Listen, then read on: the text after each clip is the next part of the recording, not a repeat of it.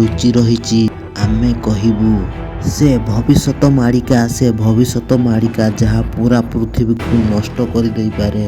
ଆଉ ତା ସହିତ ଇତିହାସ, ରହସ୍ୟ, ବିଜ୍ଞାନକୁ ଆଖି ଆଗରେ ରଖି ଆମେମାନେ ଆପଣମାନଙ୍କୁ କହିବୁ ଜଗନ୍ନାଥ ମନ୍ଦିର ଭାରତର ପୁରୀ ସହରରେ ଅବସ୍ଥିତ ଦୁନିଆର ରହସ୍ୟମୟ ମନ୍ଦିର ଭିତରୁ ଗୋଟିଏ ଜଣାଯାଏ। ଜଗନ୍ନାଥର ଅର୍ଥ ହେଉଛି ଜଗତର ସ୍ୱାମୀ ବା ଜଗତର ନାଥ।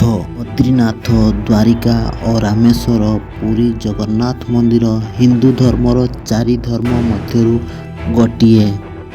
ଏହି ମନ୍ଦିରକୁ ପ୍ରାଚୀନ ଗ୍ରନ୍ଥରେ ଉଲ୍ଲେଖ କରାଯାଇଛି। ବ୍ରହ୍ମ ପୁରାଣ, ନାରଦ ପୁରାଣ, ଶକନଦ ପୁରାଣ, ଉତ୍କଳ ଖଣ୍ଡରେ ମିଳେ। ଜଗନ୍ନାଥ ମନ୍ଦିରର ସବୁଠୁ ରହସ୍ୟମୟ ପ୍ରଶ୍ନ ବ୍ରହ୍ମ ପଦାର୍ଥ ଶ୍ରୀକୃଷ୍ଣଙ୍କ ହୃଦୟ ବି କୁହାଯାଏ। ଏହା ଏମିତି ଆଶ୍ଚର୍ଯ୍ୟ ଯାହା ଦୀର୍ଘ ବର୍ଷରୁ ଭକ୍ତ ଏବଂ ବୈଜ୍ଞାନିକମାନଙ୍କୁ ଦୁଇଜଣଙ୍କୁ ଆଶ୍ଚର୍ଯ୍ୟ କରି ଆସୁଛି। ଆସନ୍ତୁ ଜାଣିବା ଏହି ଦିବ୍ୟ ଶକ୍ତିର ରହସ୍ୟ କ'ଣ। ପୂଜାପାଠ ଆଉ ବୈଜ୍ଞାନିକ ଏହି ଦୁଇଜଣ ଝଗଡ଼ା ଲାଗୁଛନ୍ତି। ପ୍ରତ୍ୟେକ 12 ବର୍ଷରେ ଗୋଟିଏ ରହସ୍ୟମୟ ପରମ୍ପରା ମନାଯାଏ।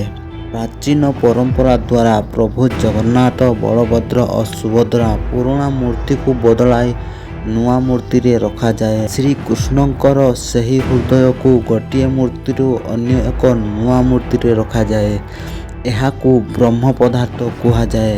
କେତେ ପବିତ୍ର ଏବଂ ରହସ୍ୟ ହୋଇଥାଏ। ଏହାକୁ ପାଳନ କରିବା ପାଇଁ କେତେ କଠୋର ନିୟମ ରଖାଯାଇଥାଏ। ପୁରା ପୁରୀ ସହର ବିଜୁଳି କଟାଯାଏ ଏବଂ